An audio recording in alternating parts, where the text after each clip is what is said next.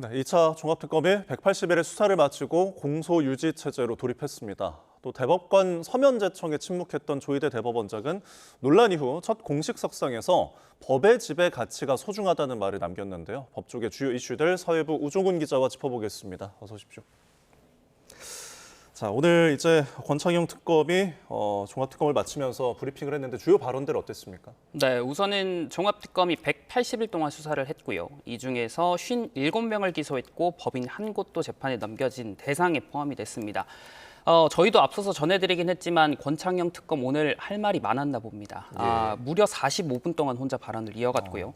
여러 말을 했는데 가장 눈에 들어온 것 하나만 두 가지만 좀 소개를 드릴게요. 노상원 수첩의 경우 국수본에 이첩을 하면서도 수사 과정에서 이 수첩에 폭발물과 독극물을 이용한 주요 인사 사례를 구상한 이 정황이 확인됐다고 했습니다. 또 다른 거는 윤석열 정부가 쌍방울 대북 송금 의혹 검찰 수사에 개입한 흔적을 확인했다.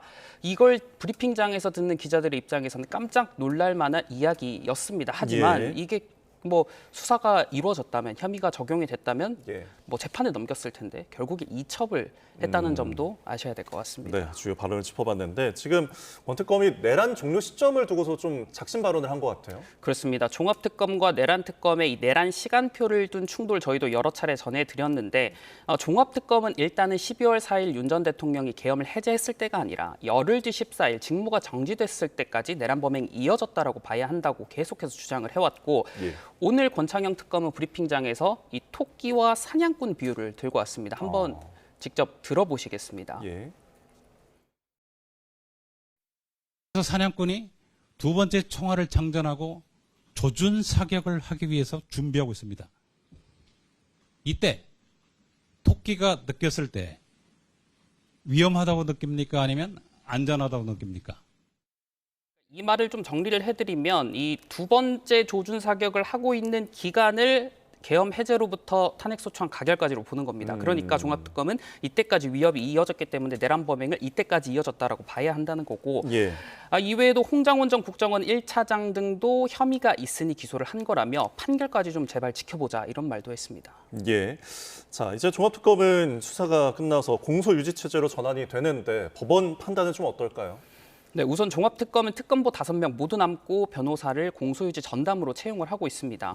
다만 공소유지에 대해서 법조계에서는 의문을 갖는 시각이 많습니다. 왜냐하면 종합특검이 청구했던 구속영장의 기각률은 65%에 이릅니다. 그리고 더구나 법원이 기각을 하면서 도주나 증거인멸 사유뿐만 아니라 범죄 혐의에도 다툼의 여지가 있다라고 한 사례가 여럿이기 때문에 이 법조계에서는 종합특검이 기소 성과 때문에 공소권을 남용했다는 지적까지 나오고 있습니다. 해서 이 법원 판단이 어떻게 나올지를 보고 이 성패를 판단할 수 있을 것 같습니다. 네, 이례적인 2차 종합특검까지 저희가 짚어봤고 이번에는 대법관 서면제청을 둘러싼 파장 이슈를 좀 살펴보겠습니다. 조희대 대법원장 그동안 이제 이야기가 없다가 논란 이후에 첫 공식 석상에 나섰죠.